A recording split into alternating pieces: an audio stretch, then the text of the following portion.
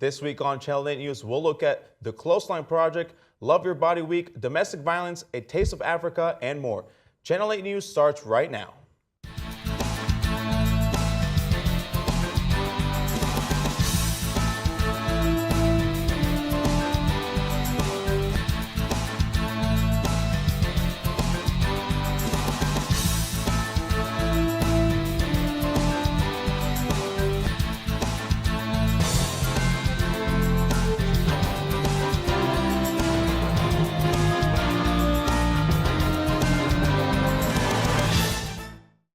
Thank you for tuning in to Channel 8 News. I'm Alex Sanchez. And I'm Shannon Clement. Angela Luna was able to attend some of the Love Your Body events last week. Angela? I'm here at the Student Union with After Dark. A bunch of students, they're having a great time. They're passing out pamphlets, getting students involved and letting them know about their big event on March 6th at 8 p.m. and see what all the hype is about. Students on campus from various campus ministries have joined together to get people to come to After Dark. Speaker Devontae Mosby and After Dark volunteers Macy Williams and Kevin Pogue are here to tell us what After Dark has to offer. After Dark is this free event, and it has two parts. One part concert, there's going to be KB, a Christian rapper, and Anthem Lights. They've kind of taken off on YouTube and things like that. And then there'll be a speaker. He's going to talk about the question, is Christ relevant today? And a lot of times that question's kind of like makes it seem like a churchy thing. But my thought on this whole thing and this whole situation, we don't want to trick people into coming when it's actually like a faith-based thing. But I think that anyone who comes has the opportunity to either walk away more firm in their disbelief or come and learn something and pick something and walk away a little bit better. So it's just open for everyone. I think our response has been pretty cool. If people don't show up, at least we've had fun this week and trying to get them to show up. And it's just been fun to be out here and have fun and get to know people. Oh yeah, I think with a lot of the people dancing around here, they kind of get a feel for like how fun this event is going to be, because the more fun that we have been having at this table, the more pumped people have been. So I think that just kind of gives enthusiasm to the event itself and just allows students and anyone else just to really just kind of figure out for themselves, like, this event is going to have a ton of people and it's going to be a lot of fun. There's a lot that goes on behind the scenes to get this two-part event on campus. After Dark is held typically at Division I schools, and after 3 years of trying to get student interest, the hard work has finally paid off. So they travel this year, though. On the slate they have Ole Miss, Mizzou, Navy, UGA in Georgia, and Oklahoma University, and Northwest. And those other schools seem like juggernauts, but they just have students that work for the camp over the summer, that's over After Dark, and they just sign up every year. And then they give you a sheet and they say, if you can rally the people, we'll come. And for 3 years we've been trying to rally the people, and this year they picked us. So this will be volunteer Victor Torres' second time attending an After Dark event, and he hopes people will get the same experience he had. Man, so this will actually be my second After Dark I've been to. I'm from Kirksville, Missouri. Truman State is college there in Kirksville, and they brought After Dark there almost 10 years ago today. So I would have been like in 8th grade or freshman in high school, and I got to see this message. It's same dynamic, music and message, and just seeing that visual. As a kid, just blew me away. I mean, I didn't know anything about Christ, and so it just blew me away. I hope people show up. I think it's going to be really fun, and I think cool things are going to happen after. So I just hope that people show up. Devontae Mosby also has a word of encouragement for anyone who is a little nervous to attend. I would like to encourage the people who feel like they have too big of a mess. People who feel like if they walk in, they're gonna track some mud in and they're gonna bring the messy story and things like that. I just want to encourage them to bring their doubts, bring their mistakes, bring that entire committee that they have in their head, because I have the same thing that says you're not good enough, you're not this, you're not that. Bring all of that, bring every doubt you have, and just check it out and see if you can grow from it, and just have a good time as well. So. After a week of dancing around the Union, the volunteers are ready to show Northwest what After Dark is all about. Reporting for Channel 8 News, I'm Angela Luna. Thanks, Angela. Mitch Bromberger got the inside scoop of the Clothesline Project. Mitch? Last Wednesday, the CARE and the Green Dot organization worked together to put on the Clothesline Project in the Union for all students. I spoke with Violence Coordinator Danielle Kunze. Clothesline Project is a big display of shirts, basically, that sends messages of hope and inspiration to survivors of violence, to those who want to intervene as bystanders and don't know how to do so, and to educate and encourage people to act. Basically, we're talking about relationship and sexual violence with the shirts and with the messages that people are painting. We're encouraging them to think from their own lives. You know, if you're a survivor, if you see how violence has impacted someone in your family, one of your friends, if you've been a bystander and you wanted to intervene, what is your message that you want to get out there about violence prevention and about why that's important? Some people take that a little bit more artistically and they don't use too many words when they're painting a shirt. Some people only paint words, and you know, it's pretty basic, and either way is fabulous. The CARE Vice President Hannah Bashord talks about her personal art with making a shirt. So I saw the bird stencil, which I thought was really cool, and so I thought that it would be fun to do like a freedom theme, and just for like survivors, just that they're like free from that and that we can have freedom in life. And I put "we believe," so we believe in freedom and for those survivors. This will be the second time they will be putting on the display. Last year they made 100 shirts, and now they're looking to surpass their number this year. They will have several opportunities for students to help add to their 30 shirts that they have already made this semester. Total. We've done a little bit different approach this year. Last year we did painting kits that organizations and groups could check out. That was a little hard to keep track of, as you might imagine. So this year we've done a day-long painting party. We're going to do a few other opportunities for people to decorate shirts at the Bobby Palooza Safe Spring Break event and at the Sex and the Station event that will be happening that same week just before spring break. For anyone that is looking to get their message out there about violent prevention, this might be the place for you. I think this is a really great opportunity for people to use their skills, whether they think they don't have any or they think they have the most artistic, creative skills ever. I think it's really good not only for your brain just to do something fun and creative and maybe different and outside of the box, but it lets people see some unexpected messengers for the issue of violence prevention, right? People getting outside of their comfort zones and being that unexpected messenger, I think is often really important to get people to think about why they ought to intervene as bystanders and why violence prevention is important. If you'd like to spread your message and help stop sexual violence, keep an eye out for more details on making shirts and when they will be displayed on campus in the Northwest Event Report on Channel 8 News. I'm Mitch Baumger. Thanks, Mitch. This week we mourn the loss of another Northwest student, Julianne Freeman, a sophomore computer science major. Our thoughts and prayers are with the family and her friends during this hard time. When we come back, we'll take a look at your Northwest Event Report. Don't go away.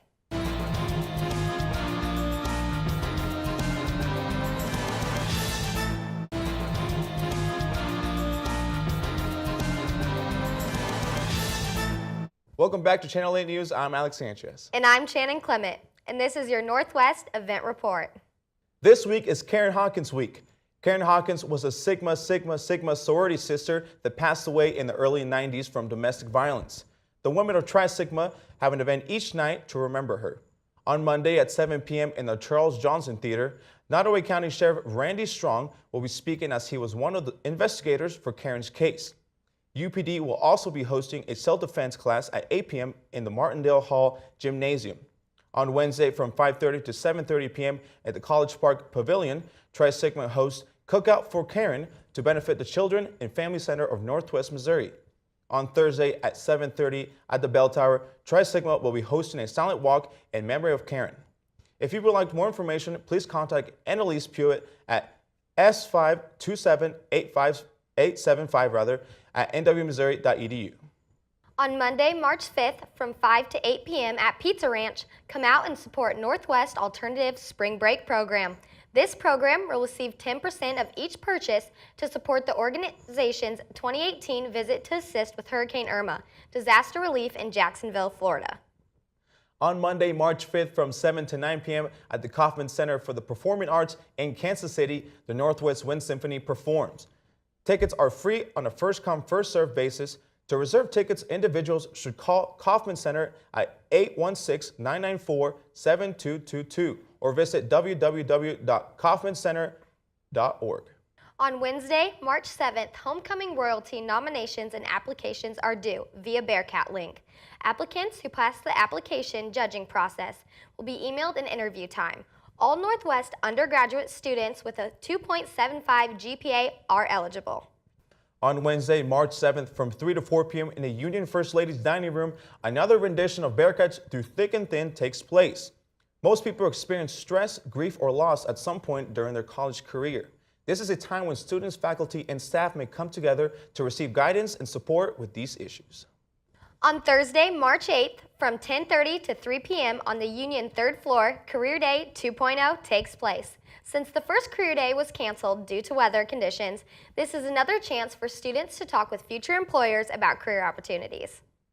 On Thursday, March 8th from 7 to 9 p.m. in the Union Living Room, another rendition of Open Mic Night takes place. All students, faculty, and staff are invited to perform instruments, vocalists, readings, poetry, and more are encouraged.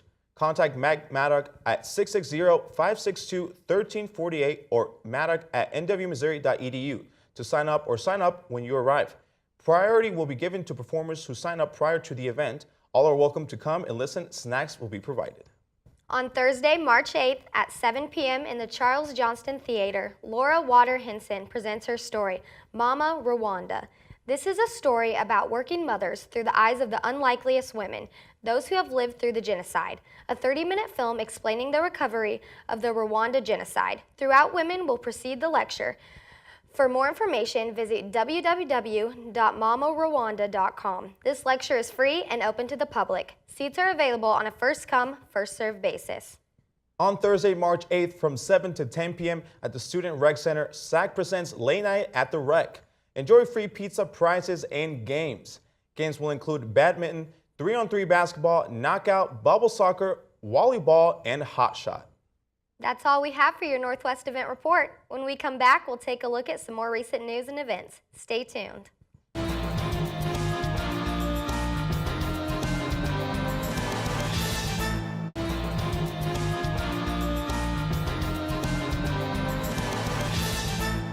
Welcome back to Channel 8 News. I'm Shannon Clement. And I'm Alex Sanchez. Recently, there have been several reports of domestic violence occurring in dorms on campus. Molly Gardner has this story. Molly? This year in Hollywood, many actors have come forward with allegations of sexual assault. Sexual assault can occur anywhere, including college campuses. Lieutenant for University Police Department Amanda Cullen says college students are more likely to be assaulted than any demographic. The problem of sexual assault, it's nationwide, obviously. 1 in 4 women are sexually assaulted in their lifetime. And so, the ages that's most prevalent is, of course, the college age, whether you're in college or not in college. Actually, the stats show that you're 3 times more likely to be sexually assaulted if you're in college during that time, but you're 4 times more likely to be sexually assaulted if you're not in college, but the same age. Northwest has not had many reported assaults in the previous years, but Cullen adds the average for reported assaults has gone up.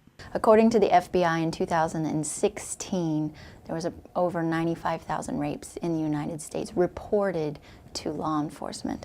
That was 4.9, almost 5% higher than 2015. But again, this is rapes that are reported. In general, as far as law enforcement goes, we know that rapes aren't as reported as high as they're committed. Cullen says that if you or someone you know has been assaulted, there are many options to take. Of course, we're open 24 hours a day. We have 10 Missouri State Commissioned officers to respond to sexual assault at all times, whether it's on or off campus. You can always come in here and we'll give you resources or any resources that you need.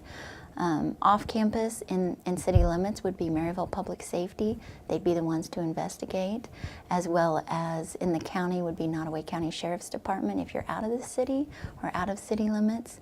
Everything goes through the prosecuting attorney's office, so you have a lot of options. If you come into UPD and you want it to be confidential, that's a route that we would refer you to the Title IX office. And that way, all that information would stay within that office, as well as we have counseling services available for all students, whether you live on or off campus, if this instance occurs. We're really motivated to stop sexual assault. We work with preventionists, so, to get the word out and to help any way we can. If you would like to report an assault, you can contact the University Police Department at 660-562-1254. Reporting for Channel 8 News, I'm Molly Gardner. Thanks, Molly. Jasani Jackson had the opportunity to attend the African Student Organization's Taste of Africa. Jasani? ASO, also known as African Student Organization, was refounded on this campus 2 years ago. With the goal of bringing awareness to this campus about African culture, ASO has weekly meetings and throws events throughout the year to help others learn about their culture. My name is Destiny Dike-Uzama. I'm the founder of African Student Organization here on Northwest Missouri State University. I graduated in December, so I just came back for the event today, and I'm excited. And I love the turnout that's gone on with everything. I founded this organization because I realized all my cousins and everything from different campuses had fun with their organizations, and I thought I was the only African on campus until I met other Africans. Okay, A Taste of Africa is an event that I also had an idea about creating when we first started an organization 2 years ago. I wanted it to just be food, dancing, anything cultural that has to do with Africa that people don't see on a daily basis. People might see someone wearing a type of African clothes and won't think to ask the question. But then I was like, okay, let's show them, let's bombard them with all the African clothes, let's bombard them with all the food, let's bombard them with the food, dancing that they don't see every day like you would see every day with the majority of other cultures. And our current president has the audacity to say that he doesn't care for people from shithole countries, but my people are the ones who are taken against their will and built this country. My people are the ones who were raped, beat, killed, and didn't even get a single apology, except we're just supposed to move on from slavery. Tell the history. Come on. Hi, my name is Oluwatoyin KG Kimuladu. I'm a part of ASO. I did my poem, and I'm a part of ASO because I was really embarrassed of where I came from, and I didn't really want to tell people that I was African. But like I said in my poem, you can tell when you see my name written down on a piece of paper. And I knew that I shouldn't be ashamed of where I come from. I think it was because when I was little, I would hear all the comments that people would say, and it just kind of got to me.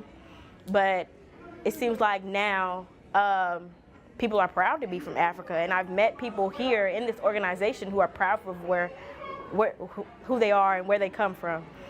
And it really brought me out of my shell. Meeting people like Destiny and Estella and Itama, it made me want to be who I am and be comfortable in my skin, be comfortable with my country and my culture, and makes me want to branch out more. My name is Estella Wisa. I'm currently the president of the African Student Organization here on campus. Today was a very exciting moment for ASO because we hosted our second celebration of the Taste of Africa. We worked hard throughout the entire year, making sure this event to invite the entire community to showcase a positive light on Africa. And I can say I'm really amazed by the turnout of the crowd. We had over 200 people showed up here today, and that's something to definitely be proud of. That shows me that yes, African Student Org is here on campus, and they do care about the community, and we want people to know about culture and learn about us. So that's what we did today. If you want to learn more about ASO and how you can get involved, please contact Estella at S5-20703@nwmissouri.edu. Thanks, Jasani. When we come back, we'll take a look at some national headlines. Don't go away.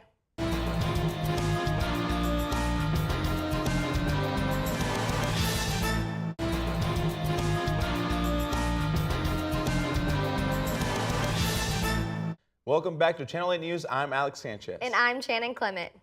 Dick's Sporting Goods, the nation's largest sporting goods retailer, will stop selling assault-style weapons like the ones used in Parkland, Florida high school shooting. The company also said it will raise the minimum age for all gun sales to 21.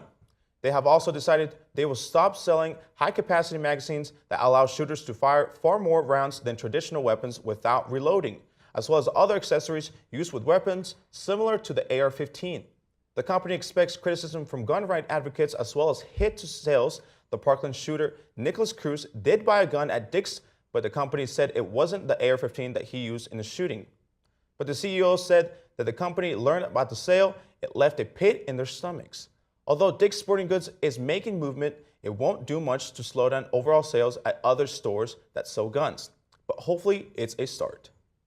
Federal immigration agents in Northern California have arrested over 150 people alleged to have violated immigration laws.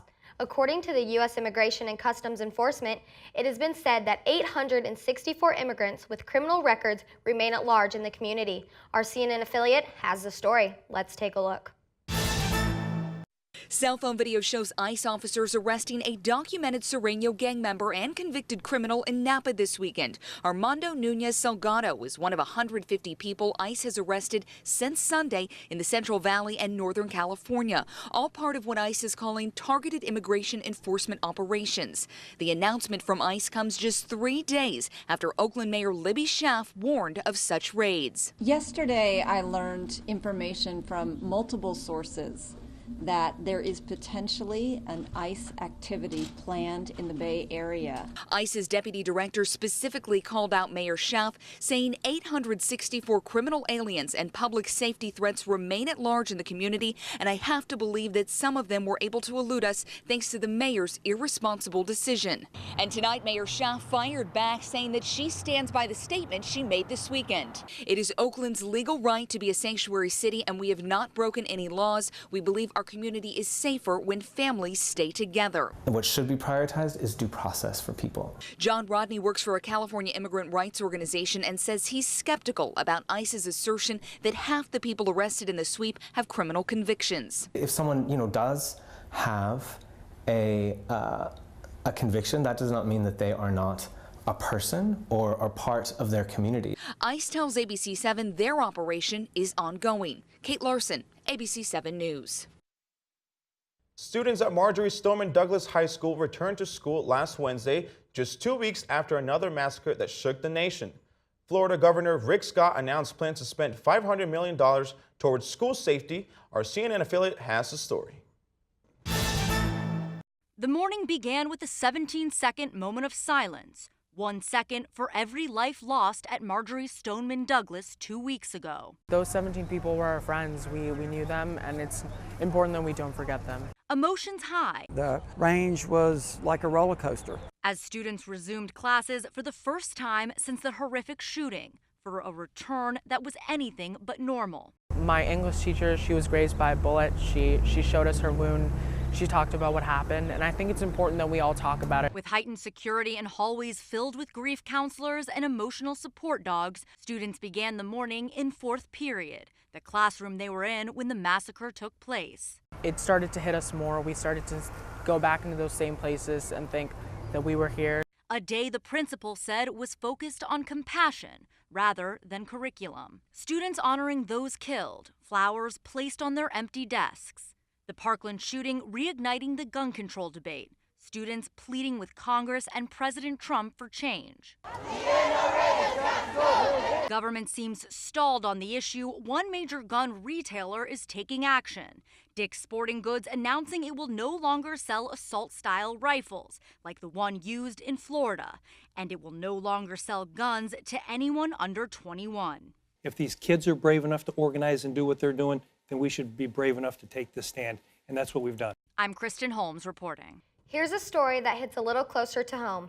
We all know the police aren't the most supported by citizens across the country. Shops across Missouri are actually being vandalized over police support by just putting their American flag up outside their shop.